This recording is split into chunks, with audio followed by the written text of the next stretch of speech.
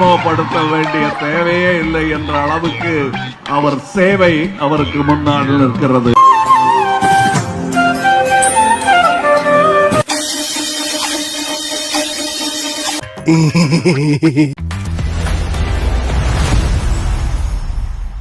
பெருந்தலைவர் காமராஜரை பொறுத்தளவில் அவர்கள் அணைகள் கட்டினார் என்றால் அவருடைய வழியிலே பாலங்களை கட்டியவர் இன்றைய திராவிட முன்னேற்ற கழக தலைவர். அவர் கல்விக்கு கண் தந்தார் என்றால் அவர் வழியிலே திராவிட முன்னேற்ற கழகத்துடைய தலைவர் கடமை வீரராக இன்றைக்கு பணியாற்றிக் கொண்டிருக்கின்றார். பொய்யிலே பிறந்து பொய்யிலே வளர்ந்து மாண்புமிகு திராவிட மாடல் ஆட்சியுடைய நாயகன் எங்கள் உயிரினும் மேலான திராவிட முன்னேற்ற கழக தலைவர். இந்த தலைவர்களோட இம்சை தாங்க முடியலப்பா. சந்துக்கு சந்து தலைவருங்கிறானுங்க, மரத்துக்கு மரம் தலைவருங்கிறானுங்க. இப்ப வாக்கியா வரப்பெல்லாம் தலைவருக்கு வந்துட்டீங்களா? அவர் சிந்தையில் உதித்திட்ட வடசென்னை வளர்ச்சி திட்டத்தை முழுமையாக இன்றைக்கு முடக்கி வைத்திருக்கிறார்கள். இவை அனைத்தும் மக்கள் வளர்ச்சிக்கான திட்டங்கள் என்பதால் இந்த ஆட்சியாளர்கள் அந்த பணியை தொடர வேண்டும் என்று இந்த நேரத்தில் வேண்டுகோள் வைக்கிறேன். ஒரு பழமொழி சொல்லுவாங்க, சீனி சக்கரை சித்தப்பா ஏட்டில் எழுதி நக்கப்பா என்று சொல்லுவாங்க. வெயில் அடிக்குதப்பா. கல்வெட்டுகளை வேண்டுமென்றால் அகற்றலாம். மக்களுடைய இதய சிம்மாசனத்திலே குடியிருக்கின்ற மாண்புமிகு தமிழக முதல்வருடைய பெயரை எதை வைத்து அகற்றுவார்கள், எதை வைத்து நீக்குவார்கள்? மூதேவி டென்ஷன்ல வளராது, கரெக்டா சொல்லு. ஆகவே இந்த காழ்ப்புணர்ச்சியை மக்கள் உன்னிப்பாக கவனித்துக் கொண்டிருக்கிறார்கள். தகுந்த பாடம் விரைவில் கற்பிப்பார்கள். கதறுங்க. இன்னும் 5 வருஷத்துக்கு கதறி கதறி கதறி கதறி கதறுதான். சில பேர் சொன்னார்கள் காமராஜ் சிலைக்கு மாலை போடுவதற்கு வருவார்களா பார்ப்போம் என்று சொன்னார்கள். சவால் விட்டு சொல்கின்றோம், எந்த இடத்தினாலும் சந்திப்பதற்கு நாங்கள் தயாராக இருக்கின்றோம். அதுக்கெல்லாம் தெம்பில்ல விட்டுடுங்க. போராடுற வரைக்கும் போராடி பாக்குறோம். முடியலன்னா அதாவது தாவாக்காவில் இருக்கின்ற எம்எல்ஏக்கள் இன்னைக்கு இருக்கின்ற முதலமைச்சர் நம்பிக்கை இல்லை அந்த எம்எல்ஏக்கள் மேல. முன்னாலதான் தெரியல, அங்க நிக்கிறேன் இங்க நிக்கிறேன் அவர்த்த பேசிக்கிறீங்க. அண்ணன் வந்து அப்பப்ப பிடிச்சிட்டு வாங்கிட்டு போறேன். அப்புறம் உனக்கு என்ன சொல்றீங்க? எம்எல்ஏக்கள் திடீரென்று எங்கேயாவது ஓடி விடுவார்கள் என்ற பயம் அவர்களுக்கு இருக்கின்றது. துளசி கூட வாசம் மாறினாலும் மாறும், இந்த தவசி வார்த்தை மாற மாட்டான்டா. சொன்னதுதான். மொத்தமாக தாவாக்காவுடைய எம்எல்ஏக்கள் ஒரு நாள் திறந்து எழுவார்கள் இந்த ஆட்சி கவுள். ரொம்ப வயிற்றுச்சல் புடிச்ச ஐராயிரானே கல்யாணம் பண்ண விளங்குமா? வேற ஐரியா பாக்கலாமா? கரூர் கம்பெனி ஓனர் ஒருத்தர் எங்க இருக்காருன்னே தெரியாம ஓட்டு ஓட்டு ஓட்டு ஓட்டு ஓட்டு ஓட்டு ஓட்டு ஓட்டு.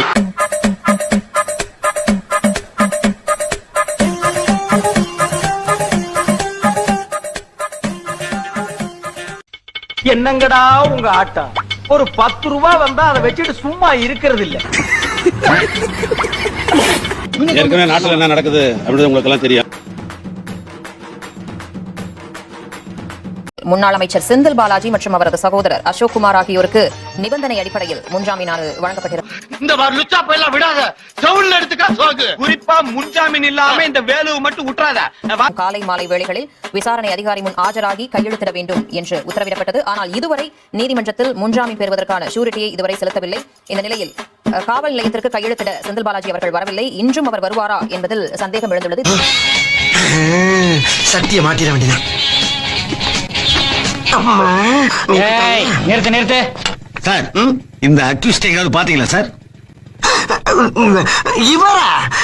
இவரையெல்லாம் பிடிக்க முடியாது சார். பிடிக்க முடியாதா? ஏன்? இவர் பெரிய டேஞ்சர் ஃப்ளோ. டேஞ்சர் ஃப்ளோவா?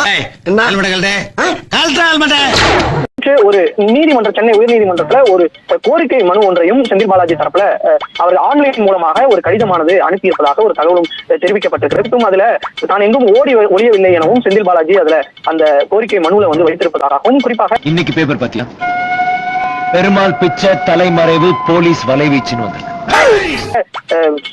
வழக்கு பதிவுல தமது பெயர் மற்றும் தனது சகோதரர் பெயர் வந்து இடம்பெறவில்லை எனவும், வழக்கு பதிவுல பெயர் இல்லாமல் நாங்கள் எப்படி ஆஜராக முடியும் எனவும் தனக்கு 35 கிளாஸ் 3 BNF என்ற பிரிவின் கீழே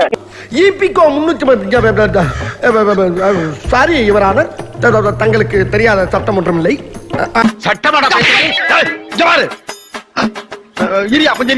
ஆமா, இப்ப முன்ஜாமீன் கொடுத்தா எப்படிதான் இல்லையா? இந்த வழக்கின் கீழ் ஆஜராகும் பட்சத்துல வேறு எந்த வழக்குகளையும் கைது செய்யக்கூடாது என அவர் வந்து செந்தில் பாலாஜி தரப்புல சென்னை உயர் நீதிமன்றத்துல ஆன்லைன் வாயிலாக ஒரு மனு ஒன்றை அனுப்பியிருப்பதாக கூறப்படுகிறது.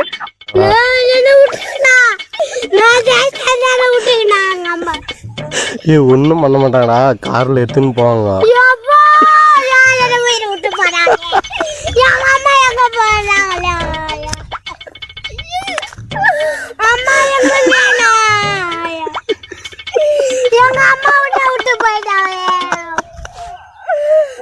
முந்தைய தினம் காவல்துறையை சேர்ந்த அடிஷனல் சூப்பரண்டு இன்றைக்கு வந்தாக வேண்டும் என்று எனக்கு கடிதம் கொடுத்தார்கள். டேய் வாங்க, போற இடமும் போர்க்களம், அங்க புறமுதுக காட்டிட்டு ஓடாம கடைசி வரைக்கும் என் கூட இருப்பீங்கன்னு சத்தியம் பண்ணுங்க. விசாரணை அதிகாரி 11 மணிக்கு என்னுடைய விசாரணையை தொடங்கினார்கள். பல்வேறு கேள்வி கணைகளை அவர் தொடுத்தார்கள். என்னுடைய பதில் என்பது முழுக்க முழுக்க 100% உண்மை கலந்தது. என் வாழ்க்கையில எங்க பரம்பரை தெரிஞ்சதெல்லாம் நேர்மை, கருமை, ஏர்மை. அதுல எந்த விதமான கலப்படமும் இல்லை. இல்லை, நான் எந்தவித குற்றமும் செய்யாதவன். செக்கில ஆட்டின சுத்தமான உருட்டு. சிரிக்கிறோமா? எதுக்கு? சும்மாதாம்மா. அரசாங்கம் திட்டமிட்டு என்ன அதில் இணைத்திருக்கிறார்கள். நீதிமன்றத்தில் வழக்கு இருக்கிற காரணத்தினால் இதற்கு மேல் விரிவாக எதுவும் சொல்ல முடியாது. அதெல்லாம் நீ சொல்லக்கூடாது. ஏன் சொல்ற நீ? அதெல்லாம் நீ சொல்லக்கூடாது. 28ஆம் தேதி வழக்கு நீதிமன்றத்தில் வர இருக்கிறது.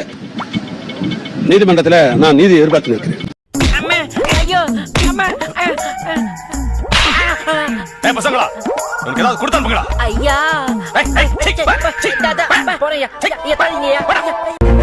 ஊழல் தடுப்பு மற்றும் கண்காணிப்புத்துறை இயக்குநராக இருந்த ஏடிஜிபி அருணை இடமாற்றம் செய்து தமிழக அரசு உத்தரவிட்டுள்ளது.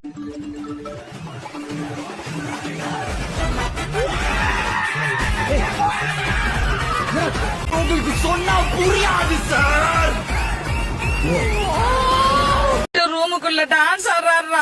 கேட்டு பக்கத்து இருக்காங்களா சண்டைக்கு வராங்கடா.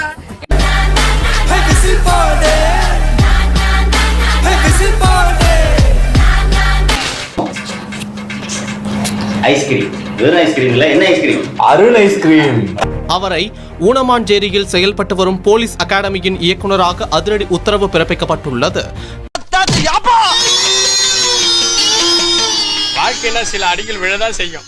அதுல செல்வராஜ் வந்து தமிழக முதலமைச்சரை பத்தி பொறுமையில பேசுறாரு. என்ன அவர் இருக்கிறது தமிழகத்துல உயர்ந்த பதவியில் இருக்காரு. அவரை பத்தி பொறுமையில பேசுறாரு. யாரும் கண்டனம் தெரிவிக்க மாட்டாங்க.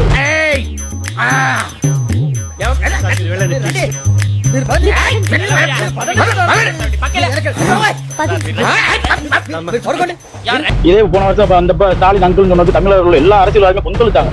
Stalin uncle, what uncle is very wrong uncle. இந்த மாதிரி இதே மாதிரி எந்த அரசியல்வாதி யார் ஜெயக்குமார் பேசுறாரு, எந்த அரசியல்வாதியுமே அவர் முதலமைச்சர் ஒரு மரியாதையா பேசணும். ஒருமையில இனிமே பேசவே கூடாது. அப்படி பேசினாங்கன்னா தமிழ்நாடு பூரா இதை எதிர்த்து நான் கண்டனம் தெரிவித்து போராட்டம் நடத்துறேன்.